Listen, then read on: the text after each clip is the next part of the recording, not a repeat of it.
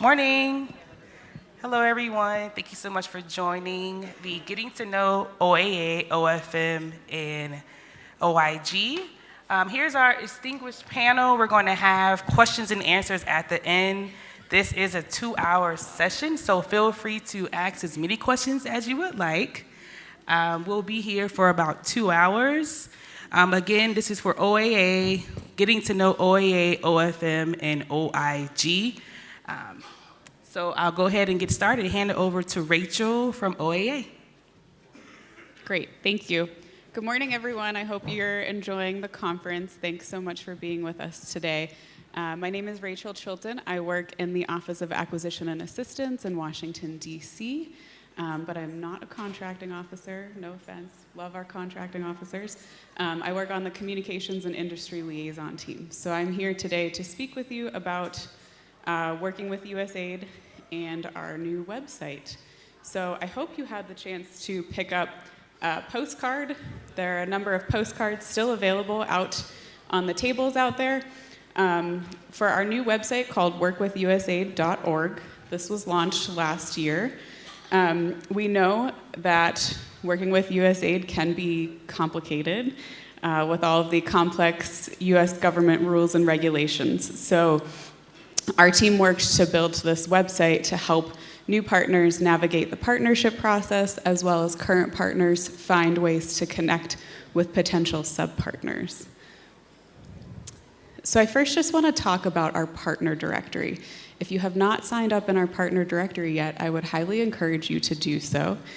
Since the launch last year, we have more than 3,000 entities registered in our partner directory. I believe about 70% of the entities registered have not worked with USAID yet, and about 60% of those 3,000 are local entities, which is great, and we're really excited to see that. Our partner directory does allow you to search and filter by different countries in which each organization or business work, by the type of entity, whether it's a US small business, an NGO, whatever it might be. It also allows you to filter top by if a partner has been a prime before, if they are a prime, if they're a sub, if they have not worked with USAID before, so on and so forth. And we just recently launched a new feature that allows partners to message each other directly through the directory. So we're really excited about that new feature, and we hope that that will help foster more networking. And I'd also just like to note that our team recently piloted a partner matchmaking session using the partner directory. So we worked with 6 prime partners and found 30 different potential sub-partners who have not worked with USAID before, and we're able to make those connections and facilitate meetings. So it's a really great way to connect with others in the development community. We have also heard that USAID staff have used the directory to do market research when they need to do that as well. So if you haven't registered yet, I would highly encourage you to do so. We also have a pre-engagement assessment. This is about 45 to 50 questions. It's a self-paced assessment that you can take.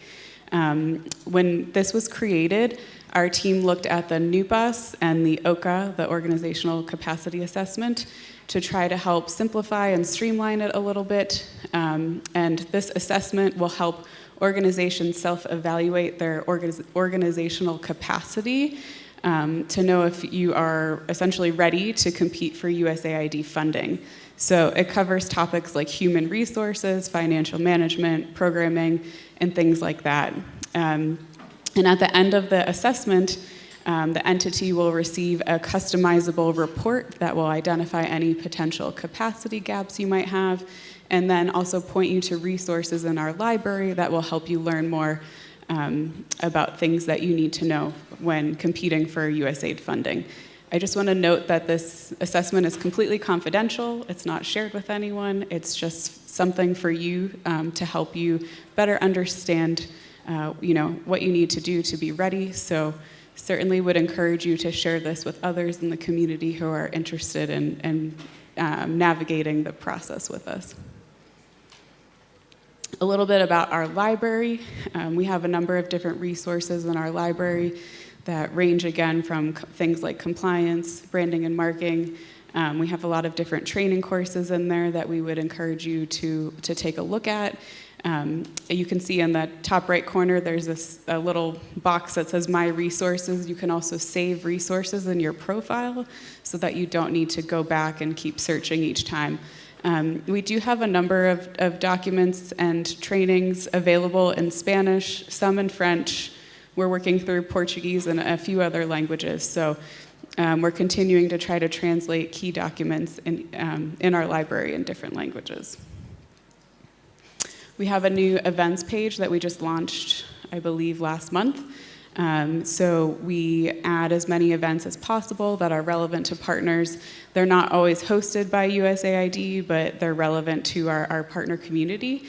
If you go on our event page now, you'll see that we have our FY 2023 first quarter business forecast call coming up. So if you haven't registered for that yet, that will be on December 7th. So would highly encourage you to take a look at our events page and sign up for upcoming events.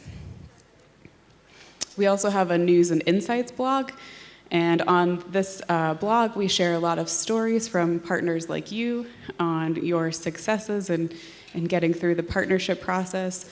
I know I'm interviewing a few different partners while I'm here about your stories. If you are interested in telling your story, please feel free to find me later today. I'd be happy to talk with you.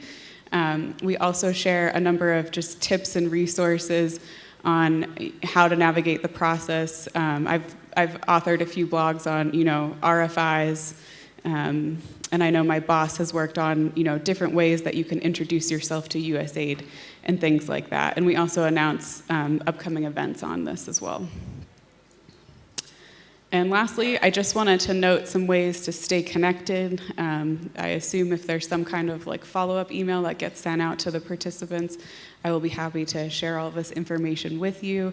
We do have an email distribution list that you can sign up for where we share a monthly Work with USAID newsletter that has, again, tips and resources and different new trainings that we've launched, as well as upcoming events. We also have a Twitter account, a Facebook page, and a LinkedIn group that are all titled Work with USAID. So if you haven't followed us or joined those groups yet, I would highly encourage you to do so. And finally, we also have a YouTube channel with a number of our trainings on there. That includes videos that helps people walk through the process on sam.gov and grants.gov to find USAID-specific opportunities. So again, if you haven't visited workwithusaid.org yet, I would highly encourage you to do so. Thank you.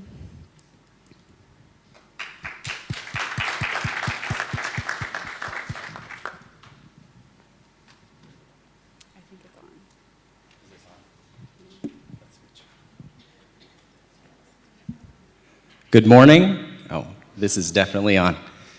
By a quick show of hands, over the course of this week, who has heard an acronym or a term that you are unfamiliar with? For real? Any acronym? You're not going to be quizzed. This is... Okay, I just wanted to make sure that you knew you were in good company, that there are lots and lots of acronyms associated with USAID. There are lots of things for us to learn here. My name is Van Rolfson. I am a contracting officer and agreement officer at USAID Southern Africa. I am posted in Pretoria. It's about 35 minutes from here or an hour and a half in traffic. Más o menos. So I titled this session Demystifying OAA just because I wanted to add some excitement to the whole OAA thing. But really, this is just a very basic introduction to OAA, or also known as the Office of Acquisitions and Assistance. Also, I wanted to get a sense of who else is here from South or Southern Africa. Would you say lekker for me? Lekker, good. Okay. Those of you who are not familiar with that term, that is a gift for you. Hopefully at the end of this whole session, you will be able to say this conference was lekker. Okay. All right. Yeah, I'm just wondering how big it is up on the screen. So I have a photo on this screen. Would one of you who has heard of this man or knows his name, would you shout that man's name out? Mark Walther. Mark Walther may just be the most famous contracting and agreement officer at USAID. So Mark is the head of the MOAA, or the Management Bureau Office of Acquisitions and Assistance. He is also the senior procurement executive. So he is over all of OAA for the entire agency. And I'm going to tell you just a little story about Mark, because I like telling stories. And it's very early in the morning. So in 2002, I was an undergrad student prepping to graduate, and I was applying all over the place. My dream job was USAID. And I finally found a job that I qualified for that was a contract specialist intern. And I knew what all those words were, I just didn't know what they meant together. And so I applied for the job. I was living in Utah. USAID is in Washington. And at some point before I graduated, I got a call from Mark Walther. And Mark said, "We would like to interview you." And so I was ecstatic. And recognizing that I was a long way away from Washington, Mark said, "This interview is going to be done by telephone." So this was way before COVID. It was a distance interview experience done on the regular phone, no video. And so I had purchased an interview suit. And I decided, even though Mark wasn't going to get to see me, nor anyone on his panel, I was going to put that suit on. And so I put the suit on, I put my resume, I put lots of potential questions that someone could ask me all around the room so that I could cheat during this interview. And something happened, and apparently I got the job. It took a while before I got through my security clearances. And actually, I moved out to Washington in hope that the clearances were going to work out. And at some point while I was waiting, I called Mark. And as you know, Mark is the most famous, but he still picked up the phone, and I said, "Mark, can I come in to USAID just to check it out?" He knew what was going on, and he said yes. And he met me, he walked me around. I wore my interview suit. And Mark was just a really gracious host, letting me see what USAID was. So fast forward another couple months, and it was the end of September. I know many of you who work outside of Washington, you may still recognize that USAID works on fiscal years. And the end of September is a rather crazy time for places that don't have a bilateral agreement where you can save your obligations for later. We can talk about that later if you have a question. Anyway, I went into the office wearing my interview suit on September 22nd, and as I looked around, there were people wearing pajamas, there were people wearing jeans and t-shirts, people in tracksuits, and I was like, what is going on? And and then they had me sit down in my cubicle, and there was a typewriter in the cubicle. And people actually would come to my cube to use the typewriter to fill out their forms. Like, what year is this? Anyway, it was a very strange introduction. I don't think that typewriter's still there. I recall one day, fairly early on, I had gone down to lunch, and I didn't know anybody. And there's a big cafeteria in the Ronald Reagan building, and I sat by myself, eating my lunch, and who came down? Mark Walther. And he came down and he sat next to me, and he just asked me how things were going.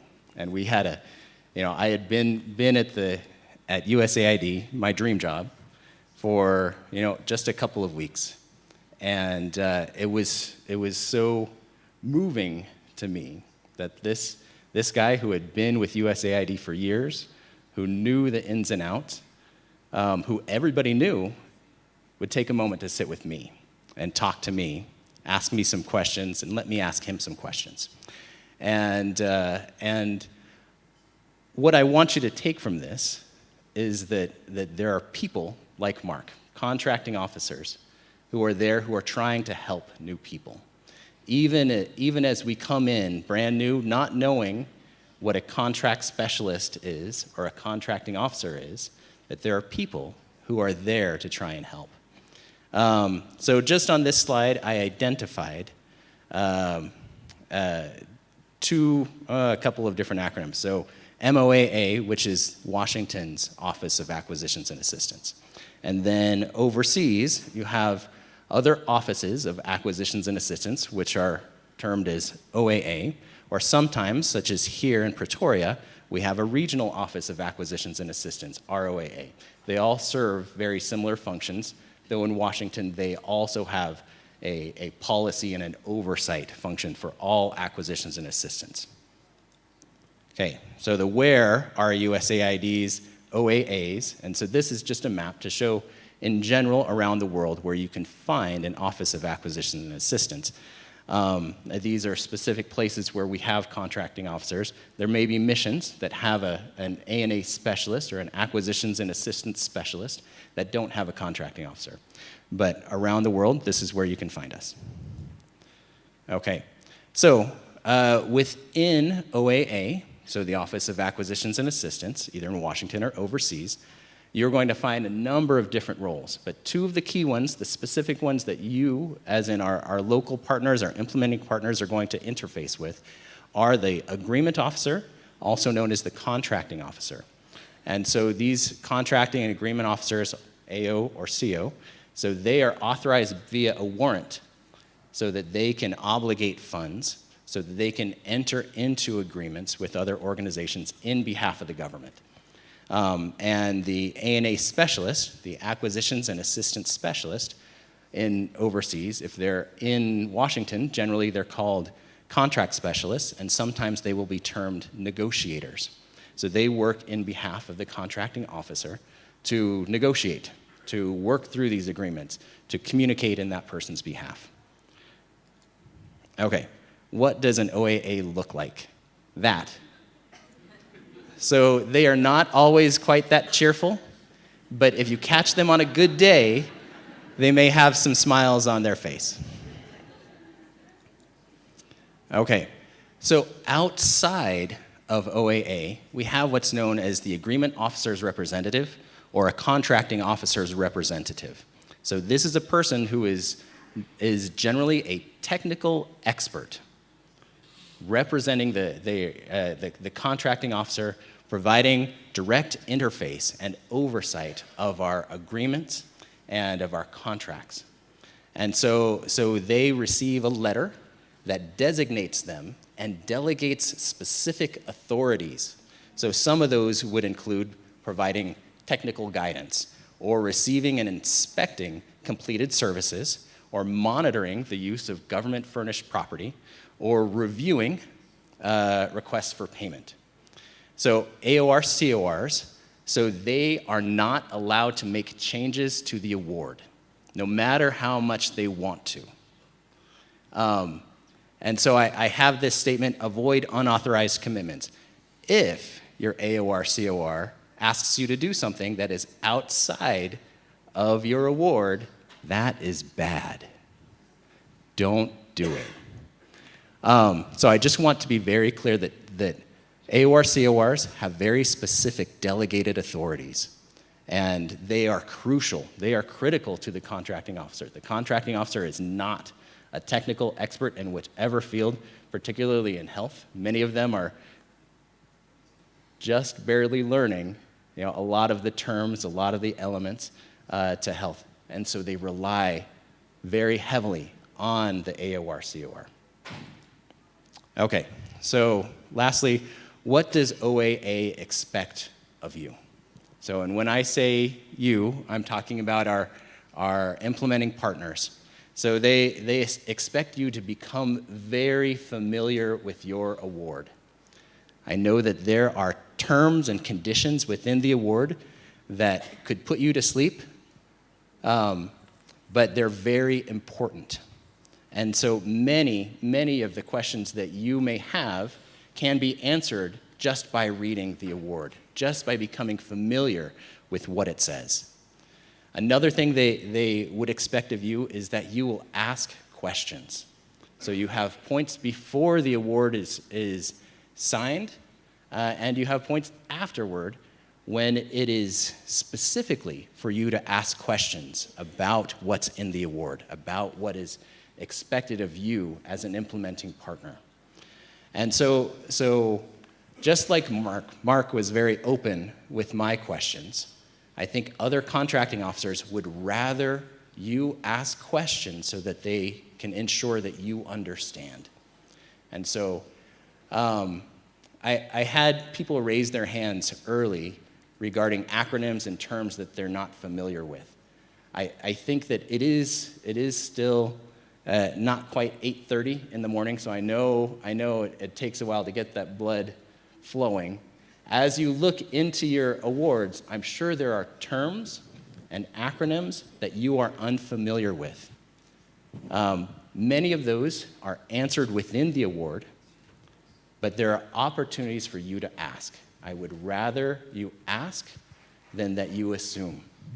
Okay, another thing that they expect is that when you are requesting approvals from an agreement or a contracting officer, that you identify the section in the award that specifies the need for that approval. So as in, there are lots of decisions you can make and that AOs, COs expect you to make. There are some of those decisions that you need approval to make. And so we are glad to consider those, to discuss, but it is helpful to know that as you ask for those approvals, that you are thoughtful, that you recognize the area within your award that requires you to do so. Another thing that we would expect you to do is to read and understand the AOR COR designation letter. Especially since the AOR COR in many ways provides the eyes and ears for the contracting officer. That AOR COR, that they are your key point of contact with the agency.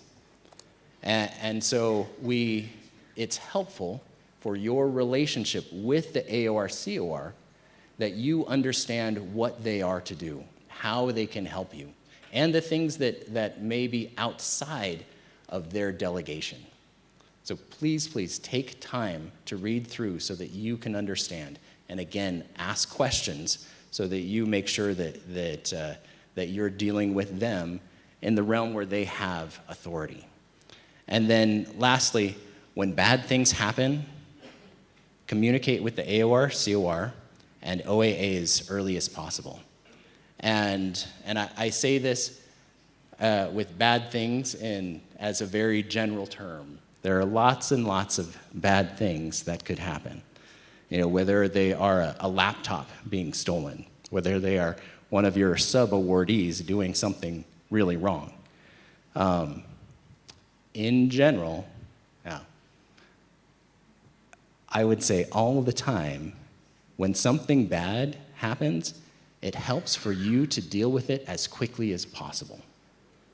And though there may be actions that you need to take as an implementing partner, it's helpful for the AOR, for the AO, to know about these things so they can help you resolve it in the best way possible.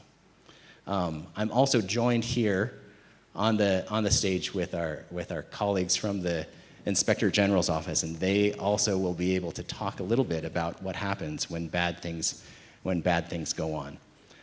So I just wanted to conclude by saying it is really okay for you to ask questions. It's really okay for you to recognize that if this is your first award, that there are going to be a lot of questions that you have. There are going to be a lot of things that you will be learning in that initial award and that initial relationship with USAID. I expect, like me, that many of you put your your proverbial interview suit on as you got that award, as you signed it, that you signed it with some excitement and some enthusiasm. So your AOCO wants you to succeed. The rest of the agency, as they are moving forward with local partners, they want you to succeed. And so I just want to leave you with that. Please, we are open to receiving your questions. Thank you.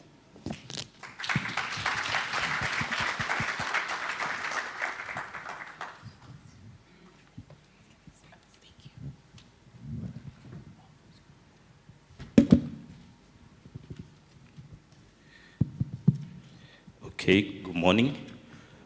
My name is Joaquin Govanika.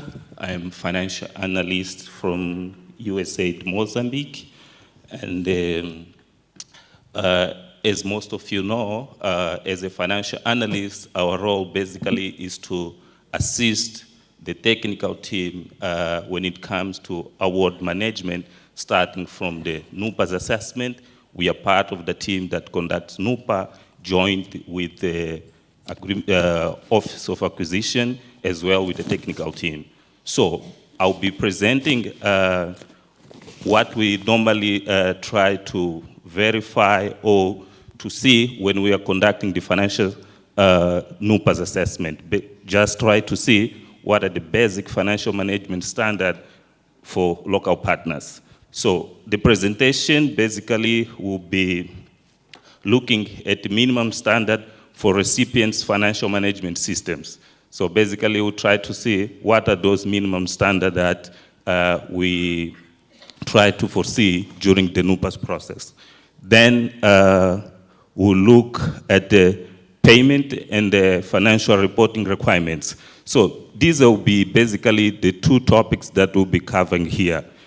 In the best interest of time, I was supposed to present normally what would be the frequent asked question during the presentation that we conduct, but we'll leave it to the end for the section of question and answers. So moving forward, what are the basic standards that we normally try to see? We want to see a structure that allows proper segregation of duties in the accounting, finance, administration, and operation. Normally try to see an organogram with reporting lines as well as job description for each employee when we go to the field. So basically here what we are saying, when we look at accounting, we don't want to see one employee who will be controlling the entire process, starting from the requisition, review, approval. So we want to see a segregation of duties in different functions that have been run on these offices. Second, we want to see normally a qualified and experienced accounting, finance, and administration staff within the organization. This also helps a lot during the process. Then we want to see documented and written procedures for standard operating procedures within the organization, as well as best practice during the operations related to financial transactions. So basically, these are the main points that we try to see. Then, something here, okay. Then looking at the complete documentation and disclosure for financial transaction. When we pick up a financial transaction, normally we want to see that that transaction was initially planned or budgeted for. Is it necessary, allowable, and allocable? So the transaction should be in your planned budget and for the execution. Then we want to see if that transaction was approved by relevant person in the organization with authority to do so. And then, as I mentioned initially, we try to see whether the organization had procedures in place. Then we also want to see if that transaction was conducted or performed according to the procurement procedure in the organization. That's also a point that we want to see. Then we want to see whether there was a purchase order or a contract signed either with a supplier of service or good within the organization. And then lastly, once there is a contract or purchase order signed, we also want to see if the goods and service were delivered according to the purchase order or the contract that was signed. In most of the cases, were situations where the goods or service were not delivered according to the contract or according to what we requested for. So that is also one point that we look at. And then we move forward in terms of accounting transaction, coding in the system so that the transaction is coded accordingly in the accounting system. Also, that's what we want to verify during the process. And then we want also to see whether the transaction or the payment process was reviewed, approved by the relevant person in the organization. What I mentioned initially in terms of segregation of duties, that's also what we want to verify during the process. And then lastly, we want to see whether that transaction for payment was recorded, posted in the accounting system, and lastly, it was filed in the accounting system in your files. So basically, this is just a snapshot of what makes a complete documentation and documentation and disclosure for all financial transactions. Okay. Then here, we continue just to show in terms of detail. We want also a transaction that maintain accurate accounting record that identify the source and application of funds. For organizations that have more than one project, the system should be able to show transactions for different projects among the organization. And then we also want to see in terms of internal control in the organizations. Are there appropriate internal control to avoid waste of funds, also as well fraud within the organization? So we want to see whether the organization is able to distinguish or to segregate the function to avoid fraud or misappropriation of resources. As well as bank reconciliation, one of internal control system within the organization. We want to see whether the organization conducts on a regular basis the reconciliations of bank accounts as well as accounts receivable and payable accounts, whether they are reconciled on a regular basis. So basically, these are some of the points that we try to foresee within the organization. Then in terms of reporting, we also want to see whether there is a budget versus actual analysis that is conducted within the organization. And also we want to see whether the accounting system is able to generate information, whether for specific project or for the entire organization. As well to see that if the organization is complying with local laws in the country, normally when it comes to tax payments and all other statutory requirements in the country. So these are some of the documents that we normally try to see whether they are filed within the organization. We want to see whether the contract or the agreement is in place, and then the vouchers are filed properly, normally with the numbers, and are easily to be identified and provided for review. And then we want to see the personal files, whether the organization has a personal file, complete information for each employee. The same as I mentioned with the purchase orders, contracts, all those documents are the ones that we normally want to verify or will be happy verify them when we go to the organization to conduct either NUPAS or financial review. As well as budget modification, whether there was a budget modification, as well as periodic financial reporting within the organization. So I'll move talking about in terms of payment and financial reporting. Mostly, as you know, there is a quarter financial report that is submitted within the organization submits to USAID. Normally, it's submitted through a standard form, which is called 425, which is submitted on quarterly basis, 30 days after the end of the quarter. When you're submitting, you submit direct to the AOR as well by copying the financial analyst for the necessary follow-up. And then there is a standard form for payments. Either will be request for advance, request for reimbursement, as well as liquidation for advance. So always when you're submitting these forms, make sure that you copy AOR or COR, and then putting the financial analyst in the copy so that we do the necessary follow-ups. The method of payments. In the advanced process, we have electronic transfer that normally are done, and then it's conducted using the standard form SF1034, and then you should be attaching the monthly budget with approved work plan, and then report of expenditure and advance control. As I mentioned in the previous slide, all these documents will be submitted to the AOR and coping financial analyst for the necessary follow-up. And then here, I'm just trying to show the requirements on the advances for those organizations that receive advance on a monthly basis. So we have advance that is limited for 30-day cash needs. Make sure that when you submit your advance request, should be limited to 30-day cash needs. But again, you can agree with the mission to submit a 3 months advance for 90-day splitted in 30-day cash needs. So the payment will be done regularly on each 30 days based on your needs. And then your advance liquidation basically should be submitted 30 days after the initial 30-day cash needs. So basically your advance will be 30 days for the execution, and then you have 30 days for reporting, giving you the total time of 60 days.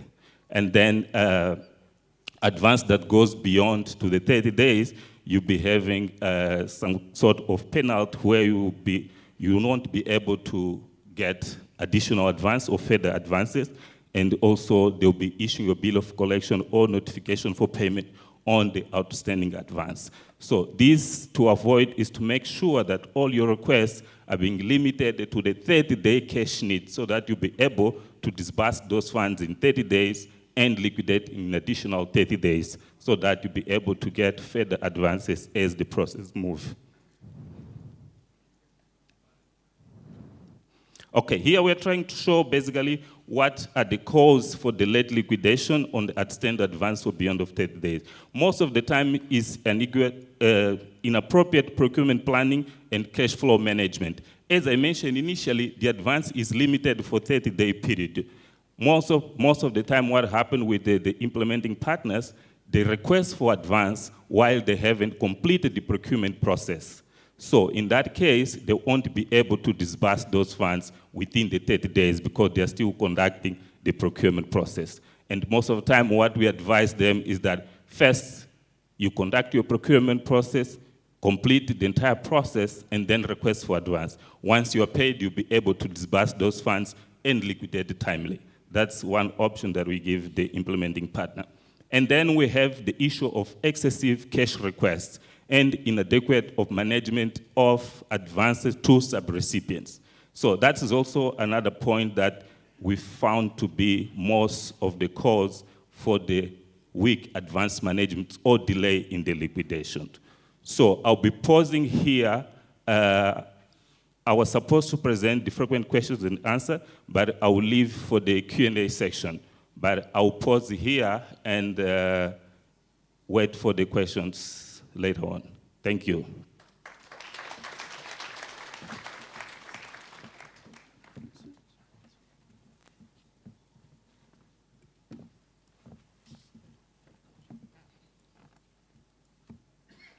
Good morning, everyone.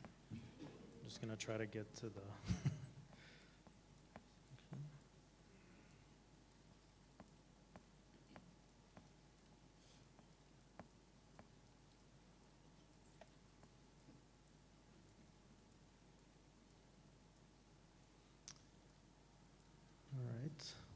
Well, so my name is Ismail Kenesi, and I'm an auditor at USAID's Office of Inspector General. And what I'll do with my colleague, Special Agent Jessica Abenstein, is present to you an overview of USAID OIG. But we also have Anthony Pruitt, as well as our Office Director, Rob Mason, to answer all the tough questions afterwards. So I know audits, of course, are not necessarily one of life's great pleasures. And that reminds me of of a quip by President Reagan back in the 80s, where he said that the most terrifying words in the English language are, "Hello, I'm from the government, and I'm here to help." So I'm sure a close second would be, "Hello, we're the auditors, and we're here to help." But the intent really is to help you, the implementers, as well as USAID, achieve the goals and what you're trying to do to help improve people's lives and indeed save lives as well. So what we'll do is we'll go through the OIG's purpose and responsibilities, the non-federal audit program, some of our health performance audits, and then Office of Investigations with Jessica. So the Inspector General is a Senate-confirmed presidential appointee. Currently, Nicole Angarella is our acting IG. We're independent, and we have discretion to direct what audits we want pursuant to the IG Act, as well as investigations. And we have oversight over USAID, of course, but also MCC and a few other agencies. So the IG, we report our findings directly to Congress, to the President and agency heads, and the American people when appropriate. That our performance audits are public, for instance, most of the time. Okay, so for the non-federal audit program, the IG Act requires that IGs take appropriate steps to assure that any work performed by the non-federal auditors complies with generally accepted government auditing standards. So we do this in two ways. We perform desk reviews of the audit reports that the audit firms issue, and we issue a transmittal memo to the agency regarding this. We also perform quality control reviews of the work papers that support those audit reports issued by the firms. So the NFA process, and I know Doug Franke has done some training on that yesterday, I believe. But as he mentioned, the guidelines there, ADS 591 MAA, and of course the GAGAS as well. And now the desk review threshold is when an implementing partner has gotten $750,000 annually, so that's when we will perform the desk review. USAID missions are responsible for the list of eligible audit firms, and we accept those audit reports once the missions have reviewed them. And similarly, the missions are the ones that are responsible for actions on the recommendations. So what kind of findings do these NFAs come up with? So you have question costs, internal control findings, as well as compliance issues.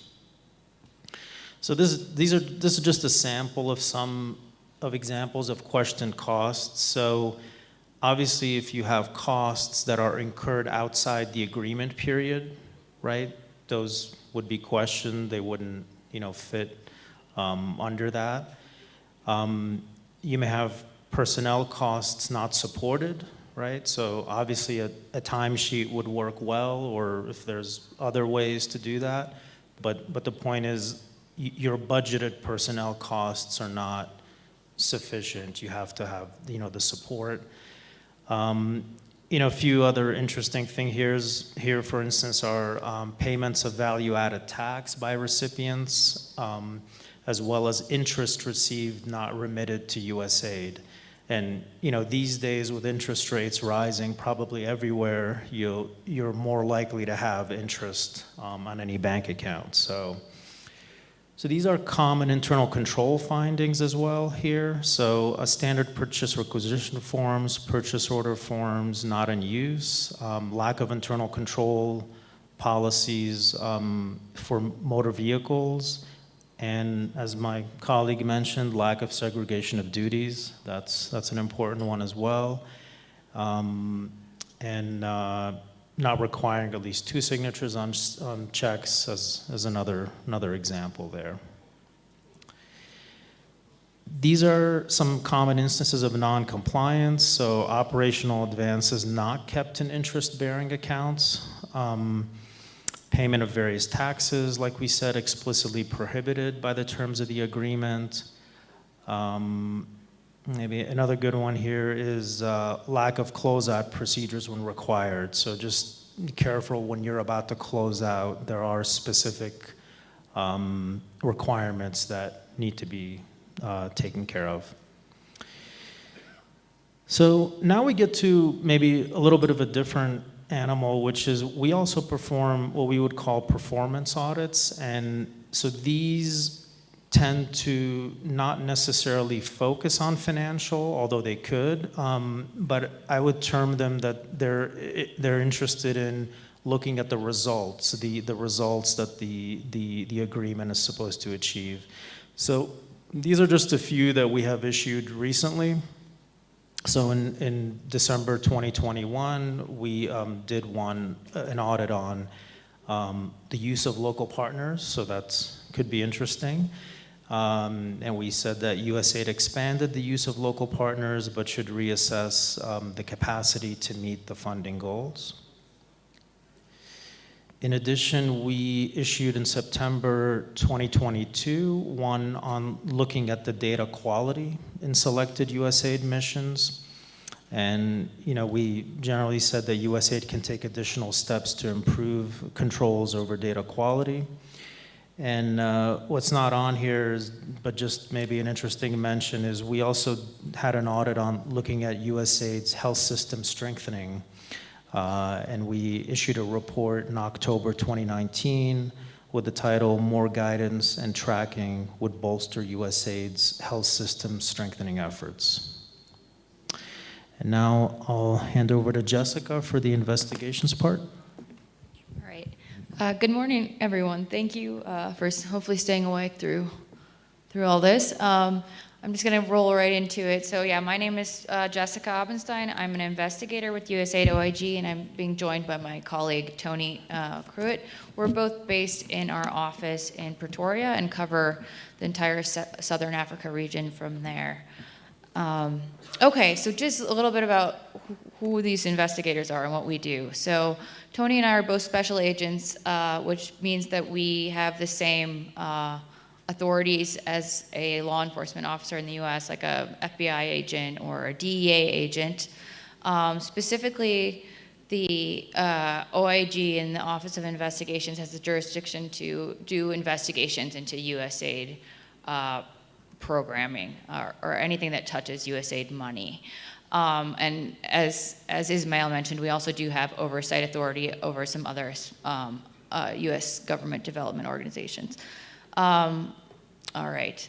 Another thing just wanted to note, so OIG agents, investigators, we're independent fact finders, so we do investigations and try to find answers to questions or approve or disprove something. We do not make any decisions. So we try to collect all the details we can and then give that information to a decision maker. All right. Okay, I just want to go a little bit into more detail about what our office does. So we like doing these types of conferences or presentations. We love to do it at the implementer level as well, because we are very, very dependent on all of you to report when things go wrong, report fraud, report issues, report violations to us. And without that help, it would be much harder for us to do our job. So I'll get a little bit more into that. But so basically, we gather complaints or allegations of fraud, waste, and abuse from a variety of different sources. One is our hotline. I'll talk a little bit more about that. Other sources of information are implementer disclosures. So all of you have certain obligations under your grant, contract, cooperative agreement that you have to report violations of law or fraud, waste, and abuse to USAID, to the agreement officer, but also to the OIG. So We get a lot of just, direct reporting from implementers. And then finally, we get information from confidential sources and the media and a variety of other different sources.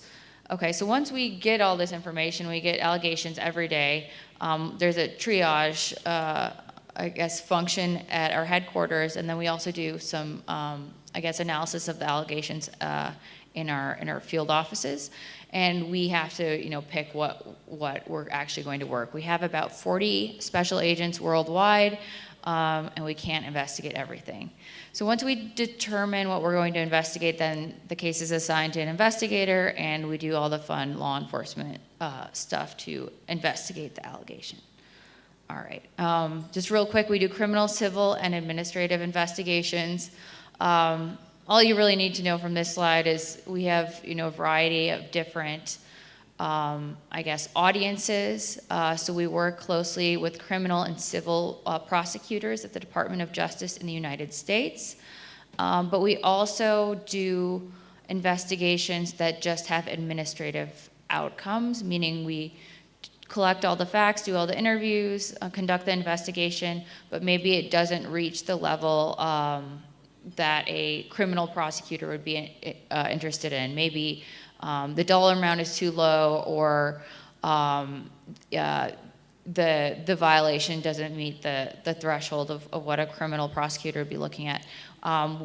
And if that's the case, we refer our findings to USAID. So we'll provide them a report of what our investigation found, and they can take a variety of actions, whether it be a bill of collection, potentially a suspension or debarment, or maybe just making some systematic changes.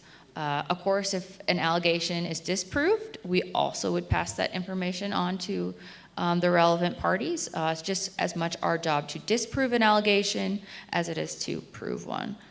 Okay, just real quick, obviously this session is more focused on your questions, so I'm not going to get into too many specifics of what we investigate, but fraud takes many forms. Some of the very common schemes that we see in global health programming are fictitious or ineligible beneficiaries being charged to USAID programs, fictitious employees or outreach workers being charged to our programs, procurement fraud, a big one, can happen in any program, whether it's global health or just about anything. You're always going to be procuring something. Cost mischarging, theft, obviously, and then public corruption.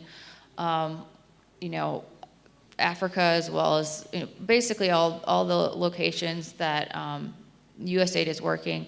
There's always potential that corruption, maybe corruption from a local official, or maybe at a higher level government, that can sometimes happen and impact our programs, and we investigate that as well. All right, I think, okay. One last thing I wanted to just briefly touch on is our office also has, there are reporting obligations for implementers to report sexual exploitation and abuse. Our office has put additional resources and emphasis on this issue. Basically, and I want to kind of differentiate sexual exploitation and abuse from sexual harassment. So when we're talking about sexual exploitation and abuse, we're talking about potentially program staff taking advantage of their authority, whether it's distributing humanitarian assistance or providing, some sort of benefit to a beneficiary in exchange for sex. And it takes many different shapes and forms. We've seen these allegations and these cases pop up across the world. So if this is something that happens, whether it's within your organization or within one of your, your sub-partners, it needs to be reported immediately to the OIG as well as to USAID. And then at that point, we'll usually work with the implementer to properly investigate the allegation. We don't necessarily do the investigations ourselves, but we kind of have some guidance we can provide. It's a very victim-centric approach or survivor-centric approach, and then we can tackle these issues together. no one wants to be in the Washington Post because this was SEA was not properly handled. Okay. Okay, the next slide I just wanted, and the title isn't there. The next slide I wanted to talk about is about whistleblower protection. So everyone from a USAID employee, direct hire, all the way down to a sub recipient employee has protections against reprisal for reporting fraud, waste, and abuse or a violation of a rule or law. And so that is enshrined in U.S. law, and also we are obligated by U.S. law to investigate each and every allegation of whistleblower retaliation.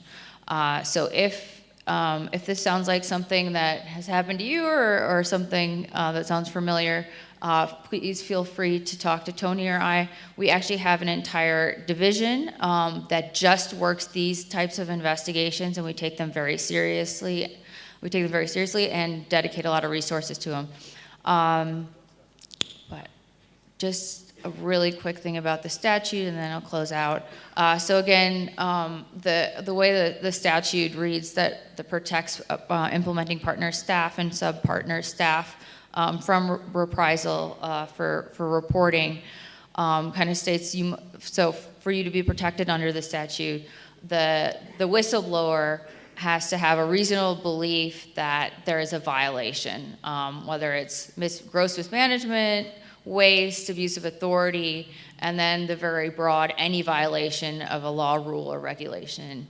As Van said, there's a lot of rules and regulations in those contracts, so it's a pretty broad definition. And then the disclosure must be made to basically an authoritative body, whether it be Congress. I don't know how you would necessarily report stuff to Congress, but that's in the law. It could be to USAID, so an AOR, COR, or even an activity manager.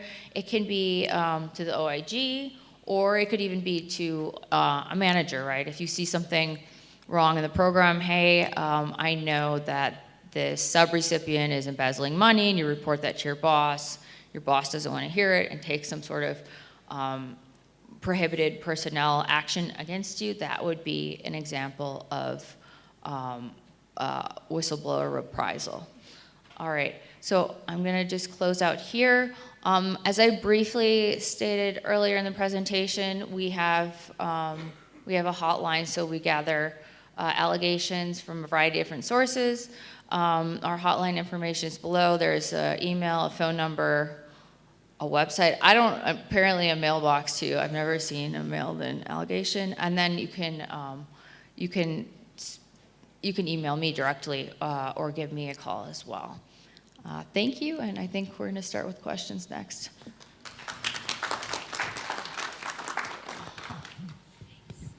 Excellent presentation, everyone. Before we start with questions, I want to introduce two staff that are on the stage. Yeah, good morning. I work with Jessica. I'm a special agent. My name is Anthony Cruitt. I go by Tony. Hello, I'm Rob Mason. I'm the audit director for the USAID OIG Africa Regional Office in Pretoria. Thank you so much. I want to open up for questions. We have two mics in here, packed house. I learned a lot. Hope you did too. Valuable information shared. So we'll open up for questions. So you all can start up.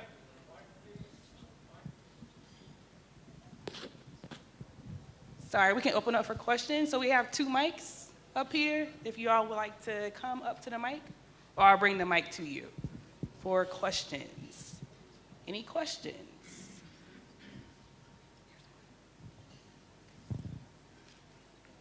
Thank you very much for the great presentation, great information shared. One of the things that we are struggling with is around our limited capacity to undertake an investigation.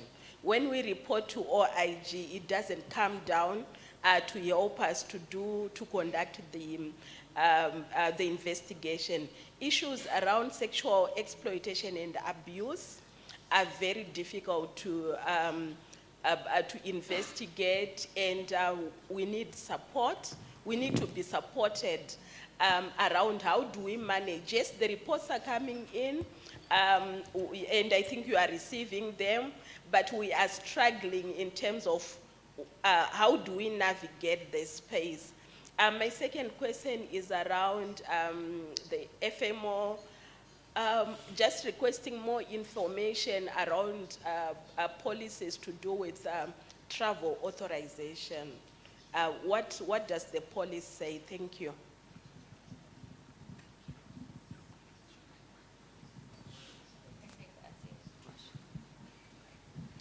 Okay, I can address the first, I guess, question. So yeah, doing SEA investigations is a very specialized skill set. I guess kind of the best advice I can give local partners is, talk to us, talk to the OIG, and talk to your agreement officer about, the challenges, limited capacity issues. A lot of times what we see implementers do, and we can kind of provide some guidance, and our legal counsel also can provide a little bit more guidance than what I can do. But there are specialized, I guess, third-party investigative firms that can do these types of investigations and meet kind of the USAID expectations of protecting their survivor and handling the matter in a way that you get the it's a thorough investigation, but it's taking precautions to protect the victims potentially involved. All right, I'll turn it over. Yes, thank you for the good question. I will respond a bit of it and then differ for OAA. We know on the agreement, normally it states for international travel, they require prior approval from the agreement officer. So I believe agreement officer can talk a little bit on that. But in terms of the policy, normally what we do when we conduct NUPAs or risk assessment organization, we try to see your travel policy. And then during that process, at least we try to make sure those mandatory requirements from USAID, whether your travel policy address that.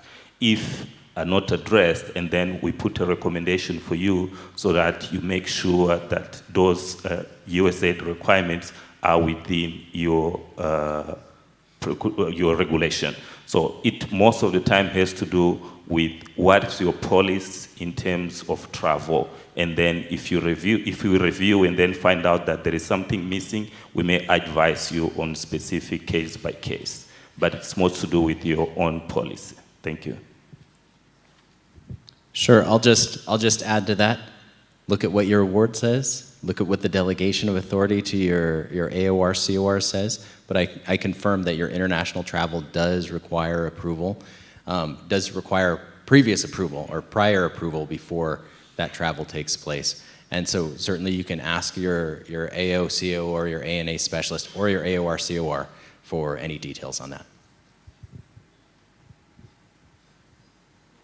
Thank you so much. Next question. Yeah. Thank you very much for a very wonderful presentation. My question is on OAA. We're a bit confused around the threshold, the $25 million threshold, which is often put out there as sort of the base for underutilized partners. Is it 25 million total since inception you've received from USAID? Is it 25 million per annum? It's not quite clear, and we've had some of those confusions, even when opportunities do come out. So just to make sure I understand your question, you're asking about the $5 million threshold for receiving local awards? No, yes, the 25 million. That's if you received an award from USAID above 25 million or 25 million and above, you do not qualify under the local award anymore. I believe that as far as I'm going to I'm gonna hedge and say, talk to your contracting officer or your agreement officer. But also, as far as my understanding, that you still have, if the award is 5 million or below, you're still eligible as a local partner under those awards. I may not be understanding your question, but did that answer what you were saying? A bit, but is it 5 million per annum or 5 million in total? So for example, if you have 2 grants, each worth 5 million over 3 years, so that would translate to 10 million in reality.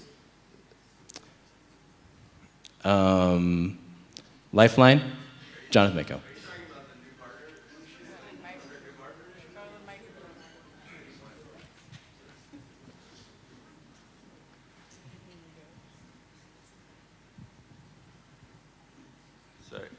We're under the new partner initiative, not localization like set aside. I think that's where you're thinking 5 million.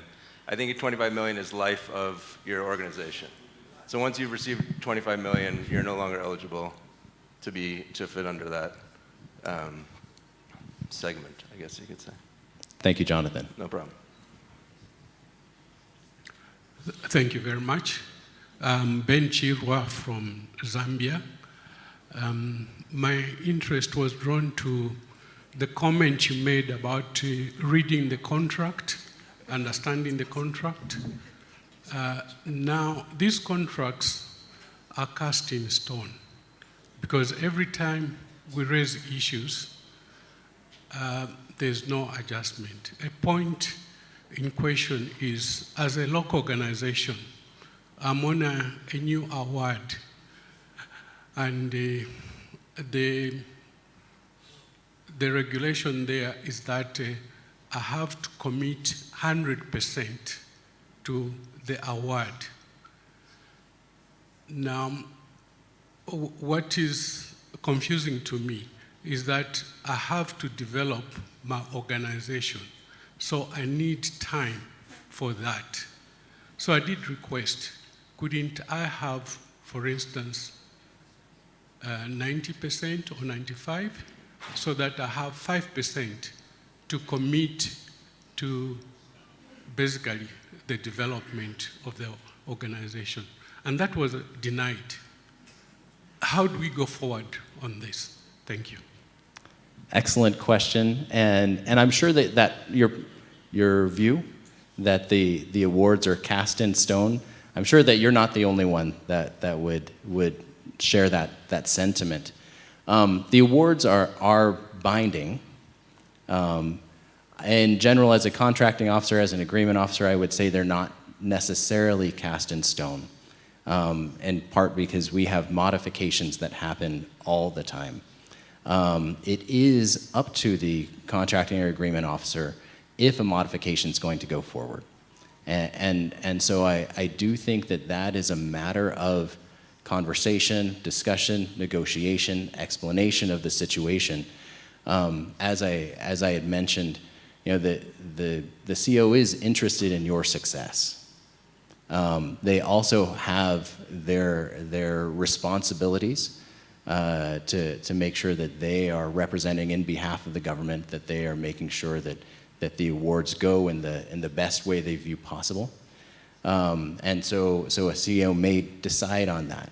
If it's not possible for your organization to succeed, I would say open that conversation, keep that conversation open to the extent possible, making sure that your CEO fully understands the context.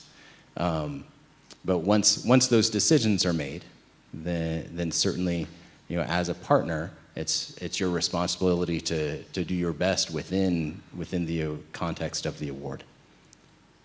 So. Thank you. We do have one more response. We have additional OFM staff in the audience, and they want to expand on the first question about travel policy. Thank you. Good morning, everyone. My name is Nonhlanhla Masha, the Supervisory Financial Analyst here in USAID here in South Africa. To expand on what Van and our Mozambique colleague has mentioned, on the international travel, I think we're all clear.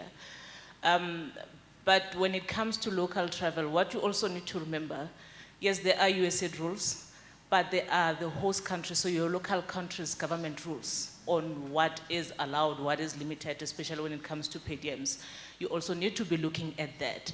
Policy is something that will drive you, and the lady talking about OFM not assisting, you have your AORs to talk to if you are struggling. As financial analysts, we also are responsible, as an extension to the technical team, are responsible for capacity development, and that is broad. It can be anything. If it's for us to come and assist you in strengthening your policies, that we can do. So we are sitting there, we need to be getting direction from the technical team, from your agreement officer, communicating obviously through the agreement officer. So agreement officer representative communicating through the agreement officer, requesting our services. Because remember, other than us working with you, we also have all those duties that USAID is requesting us to do that has nothing to do with you. If we don't know, we won't know when to come help you. We can do the pre-award, the NUBAs that they spoke about. We identify issues, we issue specific award conditions, we follow up on them, we think things are working well. But then, if we do not know, we won't be able to come and assist you. Talk to your agreement officer representative. They can ask us to come and do a limited financial review just to check what your policies are saying, what is lacking in there, and we can guide you in the right direction. Your policy is something that will make you do what is right at the end of the day. So that is what we can offer as the USAID colleagues. Thank you. Thank you so much. Next question. Thank you for the nice presentation and for the discussion and the whole session in this conference. I am grateful. I am Abi from Ethiopia. My question is on the payment section. Maybe it may relate with OFM. The mode of payment, I think, for as a matter of rule from USAID is with dollar, but in some countries, especially in our country, the payment is made in local currency. So we have been struggling to get even the funds and to for the exchanges. When you request, we request in dollar amount and we report in local currency. So this creates really a tough difficulty in our implementation. The other is even the period of advance request and advance reimbursement, that is liquidation. As you said, we usually have a liquidation quarterly or reporting, but in our case it is all monthly. We request monthly advance and we get advance in the middle of the month while we are reporting the previous month's advance liquidation in the same month. So most of the time we have a difficulty in shortage of money due to the arrangement in getting the fund, and also what you advise us on this issue. The third question, maybe the last one, it's the VAT reimbursement issue. Yes, it is an arrangement with the local government. The host government has to reimburse the USG money to the implementing partner, but it has been delayed and accumulated. So when you reach too close to the final period of the project, the money is still not reimbursed. So what special arrangement or advice do you have on this regard? Thank you. Sorry, can you please repeat the last part on the reimbursements? I didn't get it clear. Okay, we have been reporting advance and VAT reimbursement claims to the state, then the host government has to reimburse that one. But it has been delayed. for a while. Maybe the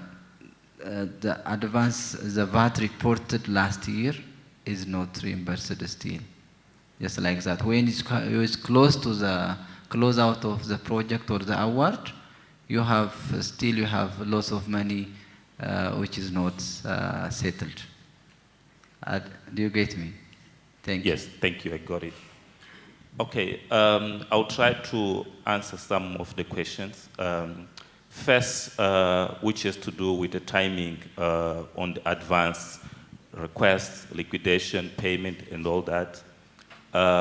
We as a country, we used to struggle a lot with that, where our implementing partner were requesting advance on a monthly basis and also liquidation on a monthly basis. So basically, as I mentioned initially, we ended up putting a system which says advance is for 30-day cash needs, so you'll be requesting advance to be implement activity during the 30 days, and then you have additional 30 days to liquidation.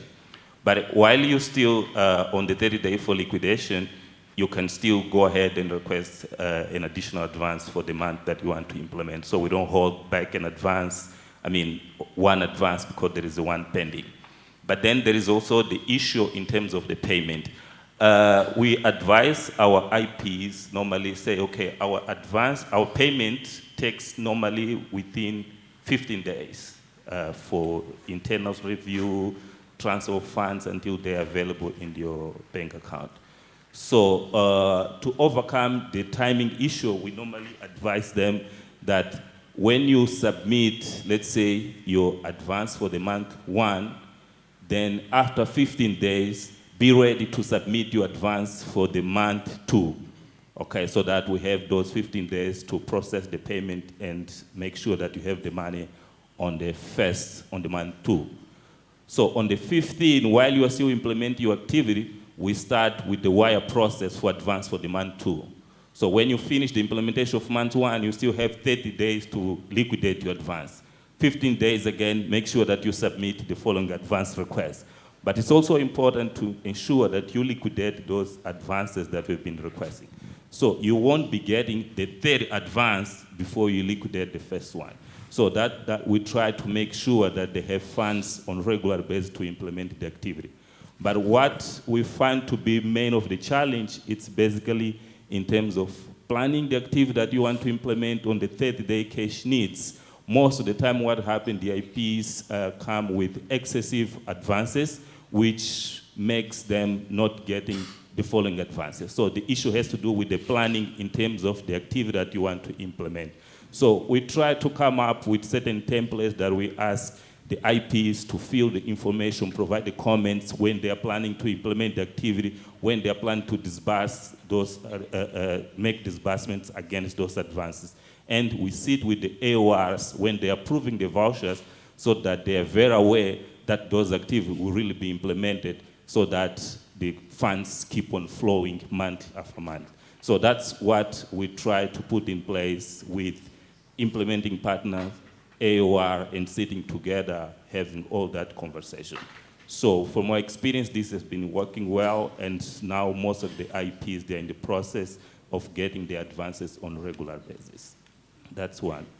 And then when it comes to local currency, we don't have much experience on the payment with local currency. Most of our IPs, they receive in US dollars, but then with the government, when it comes to G2G, yes, there are payments in local currency, and one of the things that we find to come a lot has to do with the exchange rate difference when the payment comes in.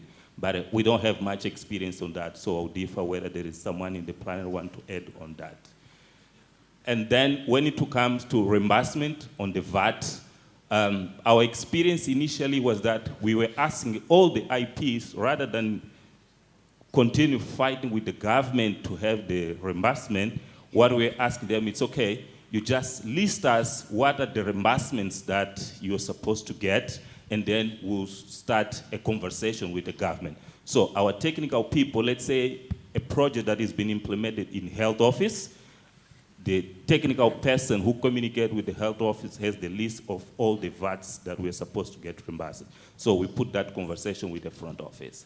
So probably this may be mission different from mission to mission, but that is our experience on the VAT reimbursement. Thank you. Joachim, just to add to the exchange rate that our colleague is talking about, my name is Wapatwa from USAID Zambia.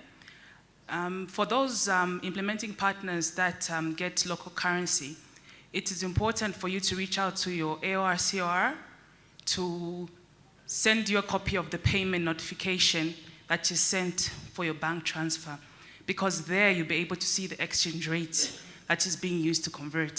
So that's very important for you to just reach out to AOR/COR. Thank you. Okay, actually she just said what I was going to say, but you can contact RFMO directly. But also remember, when USAID, whether you submitted in local currency and getting your money still in local currency, or you submitted in US dollars but getting money in local currency, there will be an exchange rate because USAID operates in dollars.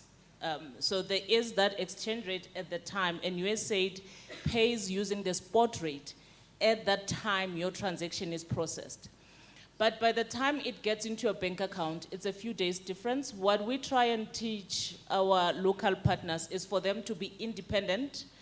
The difference in exchange rate of few days, it's not much. You can always get, yes, the information from USAID, but have your finance team to be independent, that when the money hits the bank account, they look at that date, what was the spot rate on that day, and use that. You can always ask from USAID, maybe on a quarterly basis, just to compare if you're too far off, but you can always get that information from your bank statements or even the internet. Owanda is usually easier or most accurate. Thank you. Great questions, everyone. We have one more question, and then we'll take more. Friendly reminder to walk up to the mic so I will not miss anyone. Or you can help me extra steps, so I don't mind. So we have one more question before you. Yep.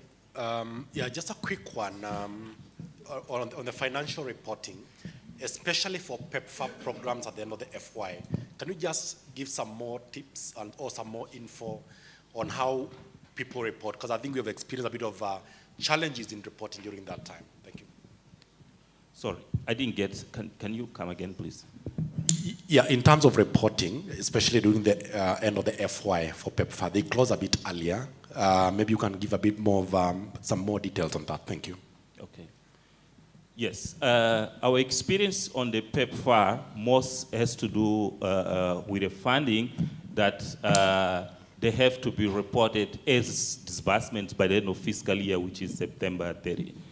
So what we normally do with our AOR, we normally ask the implementing partners on the last month of September, which is the last month of the fiscal year, so that they submit what are the liquidation for that month, so that we try to make sure that all of them, they are counted as really disbursement by the end of fiscal year. So normally, let's say by 15th of September, we ask them to submit their liquidations so that that money is reported in the same fiscal year rather than passing through for the next fiscal year. So it has to do with the communication with the AOR and the IP so that they make sure that the liquidations are submitted a little bit earlier so that they can be captured in the system. Thank you. Good morning. Annie Zulubanda from Zambia. I had asked this question in another meeting. It was referred to this forum.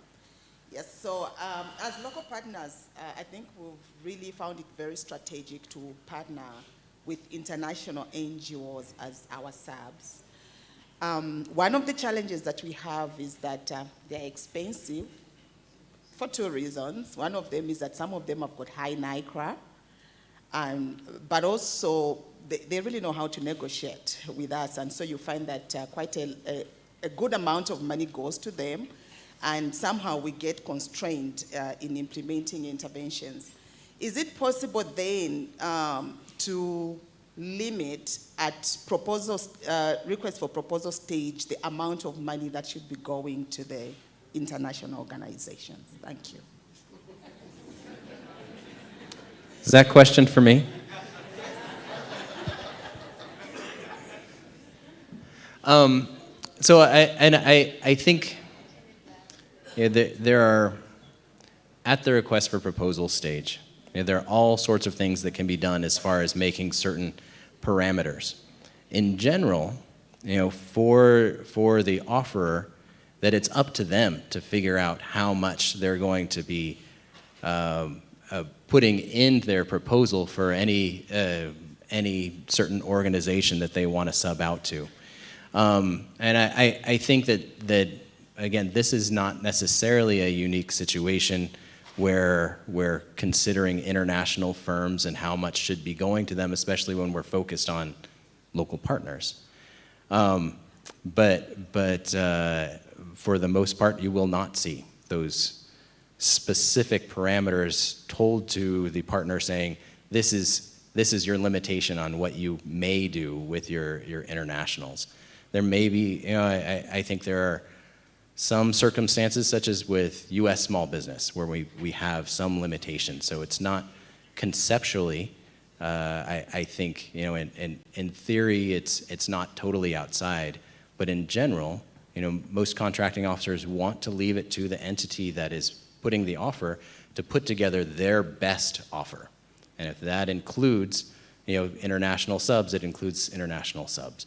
And again, recognizing you have the pressures of whoever you're competing against, but still it is up to that individual offer in general to determine what's going to make the best proposal.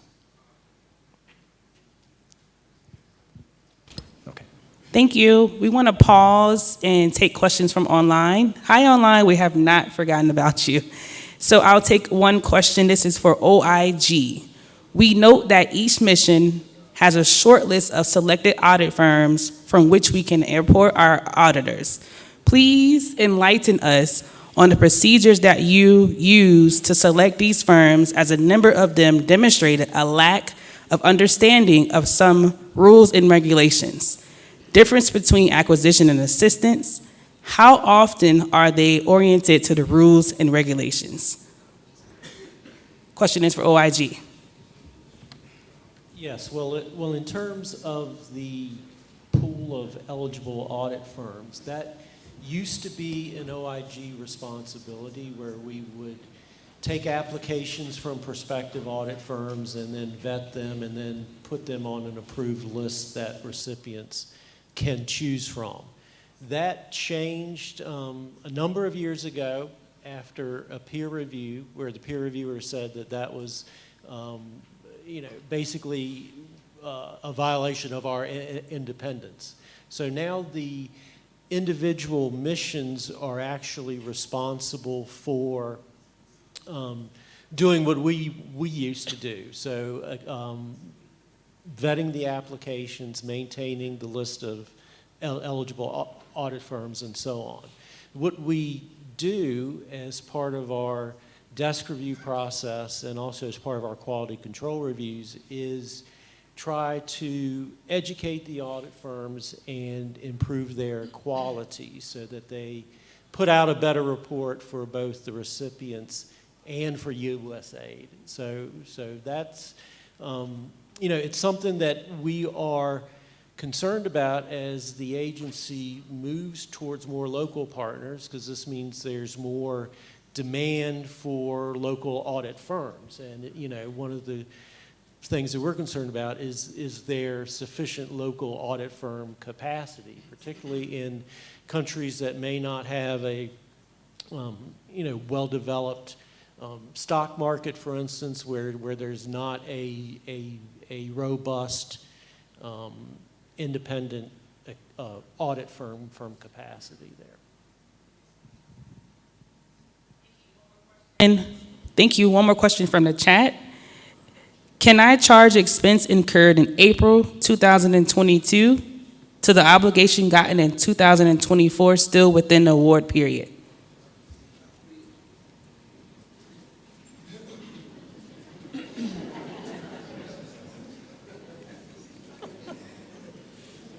So again, the question is if you can charge expense incurred in 2022 to the obligation gotten in 2024 still within the award period. I would assume that is a pretty late request. Probably have to have some special consideration on why that would not have been submitted at the time, an expense during that 2022 period. I don't know that let's see, can our OFM, any further comment on that? I'm just saying it's very late. I don't know that I would want to allow that. Go ahead. Okay. Our message normally when during the either post-award meeting and also conversation with the IPs is that we know there is a total estimated cost for the award and then the incremental obligation that comes in time by time. So our advice is basically your disbursements or your commitment should be limited to what has been obligated to your award. All right, so again, if you reach certain level of expenditure against your obligated amount, you normally notify your AOR or agreement officer or someone that I am, let's say, 75% of the obligated amount. Then probably, if the funds are available, we initiate with incremental funding. But it's not common to have expenditures which exceeds your obligated amount, unless there is a specific language in the award or somewhere, but it's not common. Thank you. Yeah, I can guarantee you that your auditors are going to question that. I mean, that sounds on the face of it like a Anti-Deficiency Act violation, and the auditors will question that and then give it to Van to decide. Thank you. Any questions from the room? And then we'll go back to the chat. Yes.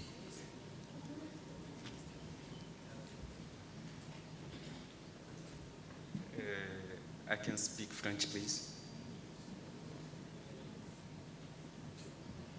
Do we have a French translator?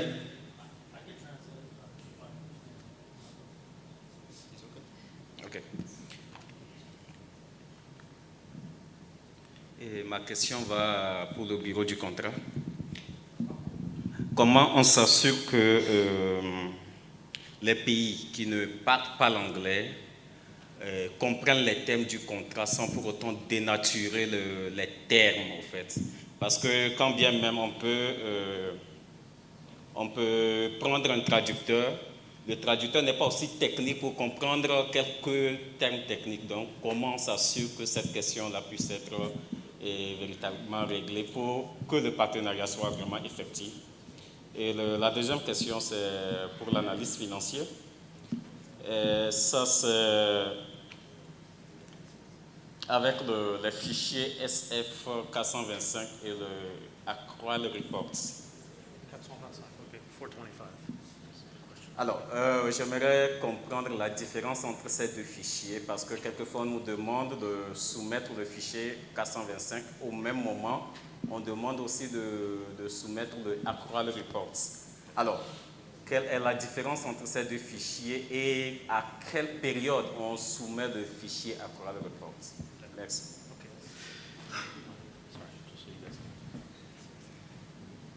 So I'll start with the second question. So the second question he has is, what is the difference between the SF 425 and the accrual report?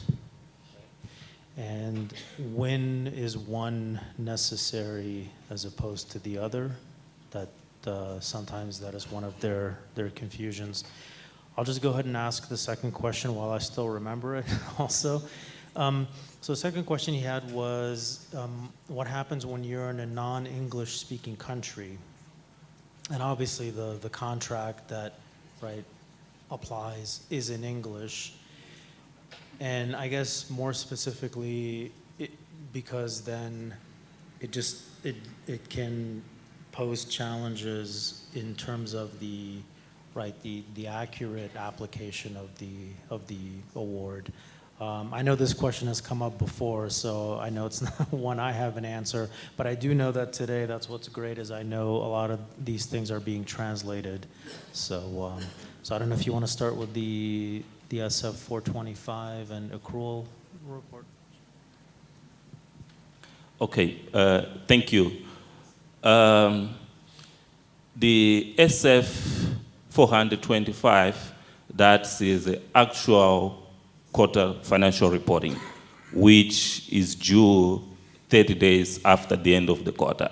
Let's say our quarter will be ending December 31st, so the SF 425 is due January 30 or January 31st, right, which is 30 days after the end of the quarter, which is the actual financial reporting showing cumulatively what are the expenditure for the project by the end of that quarter. But then when it comes to the accrual reporting, basically what we are trying to see is in terms of what will be your expenditure by the end of the quarter. So most will be your actual disbursement that you have incurred so far, but USAID haven't reimbursed you, and also some projected disbursement by the end of the quarter. So normally we request that information on the first week of the last month of the quarter. So by December 5 December or 7, you should be expecting either AOR, financial analyst, or someone coming to you asking for that information, or even if the AOR is in the position to provide that information, it provides that information. So SF is actual financial reporting, while accrual is the projections in terms of what will be your expenditure, which is due on the first week of the last month of the quarter. Thank you. So I'll just take a quick response regarding the language question. So as Ismail pointed out, just having this conference where there is translation, I think that is a demonstration of the movement of the agency. And I, as a contracting officer, we know that the legal documents that we have are in English, that those are our binding documents. But we see movement within the agency to be more and more accommodating, I think, for conversation, for interaction, for providing translation into the local language. We have our foreign service officers in general in posts where the language or where the business is handled in that local language. More and more of them are being trained in those local languages. You have your locally employed staff also who, of course, speak the local language. And so I think that within the agency that there are many steps that are moving forward to get our materials translated and to be able to receive and interact with partners in the language that they understand. I don't necessarily see that the legal documents are going to change from English to something else. But I do think that there are going to be more and more instances where individual missions, where regions are going to provide opportunities to have interaction within the local language. And so there are going to be more and more tools for that.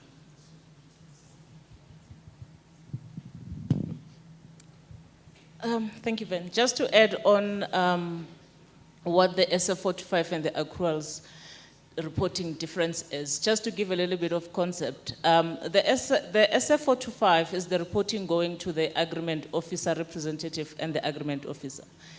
But with the accruals, USAID headquarters prepares the financial statements on the quarterly basis. So we would like to know, or the headquarters would like to know at the end of the quarter, what is the liability to USAID. So with the accruals, you are saying by the end of this quarter, these are my commitments. This is what USAID will still be paying for whatever activities that I'll be doing. So that's what the difference is between the two reports. For USAID as an agency to know what their liability is at the end of that specific quarter. Hence, you are saying, I'm committed to these activities that we have to pay for. So this is your liability. Thank you so much for the questions. We'll take one from online, and we have about 8 minutes for questions. It says, could we also have a choice to select mid-range audit firms, as most listed firms are the so-called big firms who normally charge fees based on their name rather than competence? Yes, yeah, if the firm is on the missions list of approved audit firms, the size is not a criterion. So you can select a mid-range firm, you can select a large firm.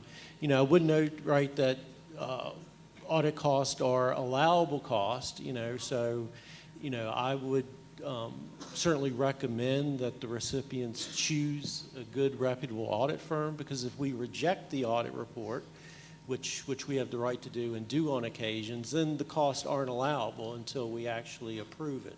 And then you're in a tussle with the audit firm that you signed the contract with. And so I wouldn't necessarily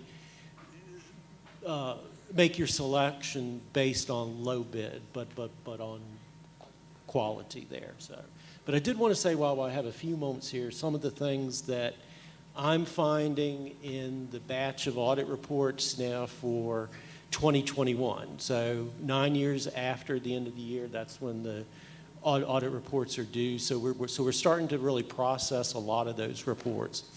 And one of the things I'm seeing that I'd like to bring to your attention is we're seeing a lot more errors in the computation of the 10% de minimis indirect cost. So I think everybody knows, right, it's not 10% of total direct cost, but it's modified total direct cost. And we're not seeing a lot of the things that are laid out as subtractions from the total cost that are laid out into CFR 200 actually being taken into account, with the result being that recipients are overcharging typically for their 10% de minimis. The other thing that I'm noticing is that more recipients than usual appear to be falling behind on their cost share. So maybe not necessarily at the end of the award, but if you're 2-3 years into the award, maybe their cost share is something that we would expect to see perhaps at the end of year 1. So this is a risk, right, for the audit firms, as you get to the end of your award, because then they have to take into account, okay, are they going to overvalue their cost sharing to make their required cost sharing at the end of the award, and so forth. So I would just urge you to pay attention to that. I think COVID had a lot to do with it, to be honest with you. I mean, we hear some things from the recipients, as to the effect of COVID on meeting cost share. So again, this is one of those, right, maybe bad things. If you don't think you can meet it, that would be something I would say to bring up with the AO and AOR, but certainly something to keep in mind, because cost share is an integral part of the award. And as we move more towards localization, we're going to want to see those contributions be sustained. Over. Thank you. Thank you so much. We have an OFM staff want to expand on the question, and I'll hand it over to my right. Okay, thank you. One thing to note regarding the list of approved auditors, now we have a list that is not necessarily for the mission, but it's for the entire agency. So you are not limited to select an audit firm from your mission or your country only. You can select any audit firm as long as it's in that list from anywhere. So say you are in Angola and then you don't have enough audit firms operating in that country, but Mozambique, for example, they use Portuguese as a language. You can select an audit firm in the country which can service you, as long as it's in that list. Thank you. Thank you very much for the presentations, quite insightful indeed. My question is on the issue of rentals. You find most of the local organizations, we had acquired our own properties as a sustainability plan. So now that we are primes, should we not charge rentals on our properties as a sustainability plan? Because at times you hear issues of arm's length and that, but we thought that could be, that's how our predecessors saw it as the best way of sustainability. But then there's this now buzzword of the arm's length, and yet we thought this was a way of coming up with a sustainability plan where rentals are charged on buildings that belong to the trustees. Remember, we've got the trustees, we've got the advisory board that runs the organization. Thank you. Is that one me? Could probably be both of us. Yeah, I think a self-rental would raise a lot of red flags from an audit perspective. You know, because it's a related party transaction, and then it gets to terms of reasonableness and was it done at arm's length, and can you prove that to the satisfaction of the auditor? So I think that's where the audit firm would come at it from. You know, I would note that depreciation is an allowable cost. You know, so I mean, and I think your point makes sense from building up you know, the capital of a local partner for sustainability purposes. But that would be something, you know, if you wanted to include a charge for depreciation as part of your award budget, that would be something to negotiate at the front end with VAN. And I agree with Rob that this is something that you would want to set out at the beginning. That you know, there are legitimate expenses for having a location. And so you want to make sure that as you're putting your application in, as you're putting your proposal in, that you have very clearly identified what your expenses are for having a location for you to operate. And you know, that's a matter that you, your contracting officer, can have conversations on, so that we don't run into a problem at the end that would come up with an audit issue. Thank you. We'll take one more question. We're almost at time. One more question, and I'll hand it over to the panelists for final words. One more question? Yes. It's not a question. I just wanted to leverage what Van had said about translations. And so even though the binding documents will be in English, there's nothing that prevents anyone from translating the document into their local language. The issue would be to make clear that if there is a conflict, that it is the English version that, you know, is the binding document.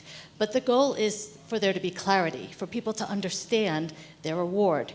And if you're working with partners, especially in the field, where it's more understandable for them to have that document in their local language, then please do. But make sure, obviously, that the translations are correct, right?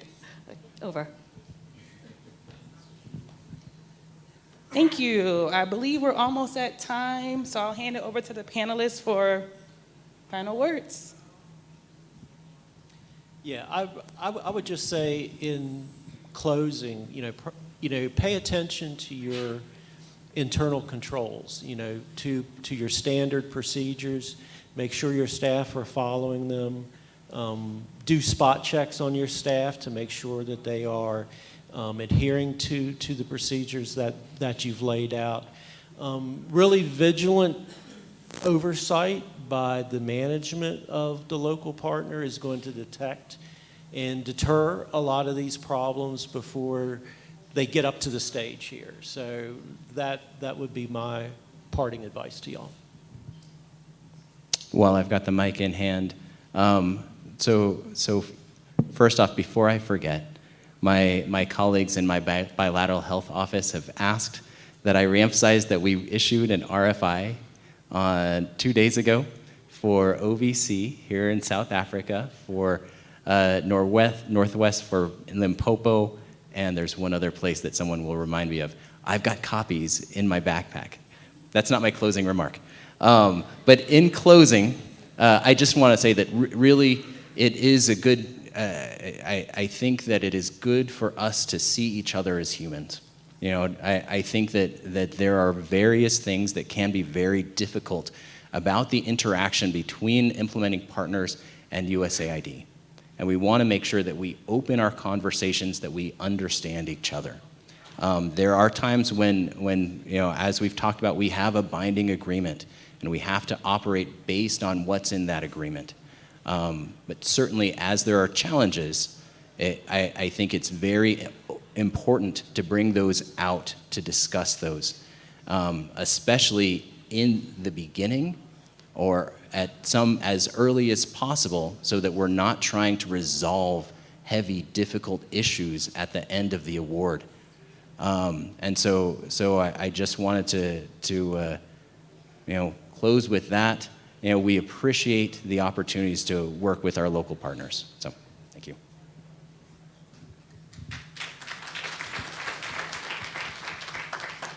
I just want to reiterate, if you haven't registered in our partner directory on workwithusaid.org yet, I would highly encourage you to do so. I mentioned that we piloted a partner matchmaking session from Washington with a number of local organizations in the field, and we hope to continue that with missions at country and regional levels. And if you haven't followed us on social media yet, I would also encourage you to do that. We've started to host a number of Twitter Space events. Most recently, we had one on the Development Innovation Venture, the DIV program. We're hoping to host one, I believe, in a few weeks with our deputy administrator on what the agency is doing to lower barriers for new organizations. And we're also hoping to start doing them in local languages as well. And I guess just one final word on the website. We are hoping to start translating the website into different languages. Our goal by the end of next year is to have the entire website in French, Spanish, and Arabic, and then continue from there. So thank you all. Yeah, I just want to say, sorry, Wilkie. I just want to say, Ismail and I will be around until after lunch, so if you have anything you want to bring up to us one-on-one, that's fine. Thanks. Okay. As OFM financial analysts, one of our major roles is to assist the AORs, CORs in the implementation of the project, looking at the financial administrative side. So feel free to communicate with your AOR, COR, asking for our support whenever you feel that you need any help from Financial Analysis Division. Thank you.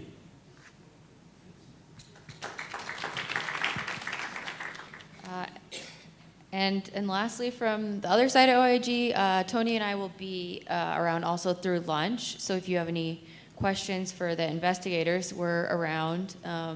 But I guess the slide has been up for like the entire last hour, but please report fraud, waste, and abuse. And even if you don't know if something meets a threshold or you have a question, you can always just reach out to myself, to my colleague Tony. We're happy just to answer questions and provide support. Thank you. Thank you, everyone. Excellent panelists. Thank you so much. Very valuable information. Again, take advantage of the time that they're here, additional time later on the day. Thank you for the great questions online. I'll make sure to capture your questions and we'll get back to you. We have not forgotten about you. Again, thank you, everyone.